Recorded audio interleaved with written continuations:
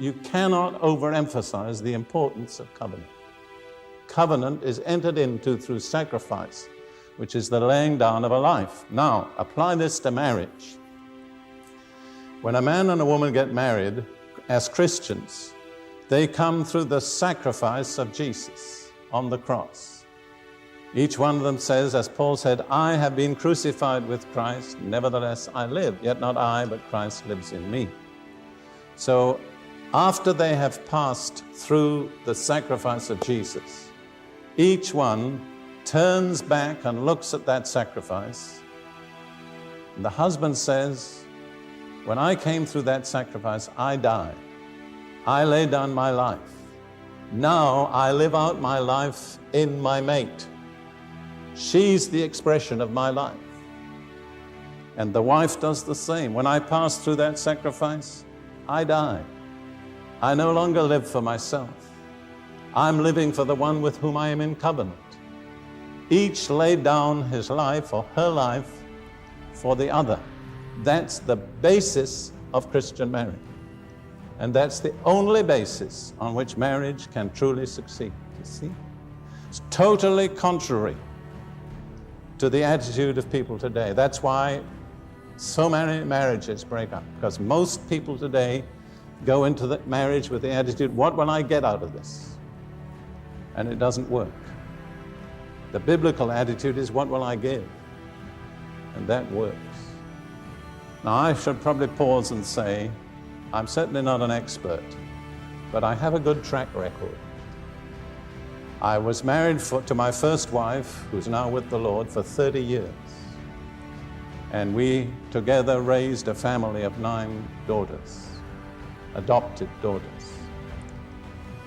Our marriage wasn't perfect, but it was happy, it was successful, and it was fruitful.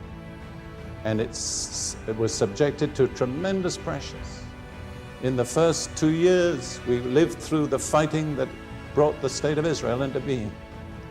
Twice in that period, we had to flee from our house in the middle of the night to save our lives. It was not an easy way to begin a wedding, a marriage.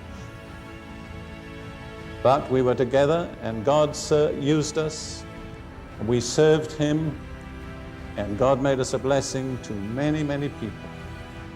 And then, after my first wife was taken home, 3 years later, I married my present wife, Ruth, whom you've seen here tonight. And we have now been married for just over 10 years, and our marriage has been outstandingly happy and successful. And through our marriage, God has birthed a ministry which is actually now reaching most of the earth with the Word of God. So, at least I'm not offering you a theory when I talk about marriage. Understand? There isn't such a thing as a perfect husband. There might be a perfect wife, I don't know. But what I'm saying is, I'm not just teaching theory.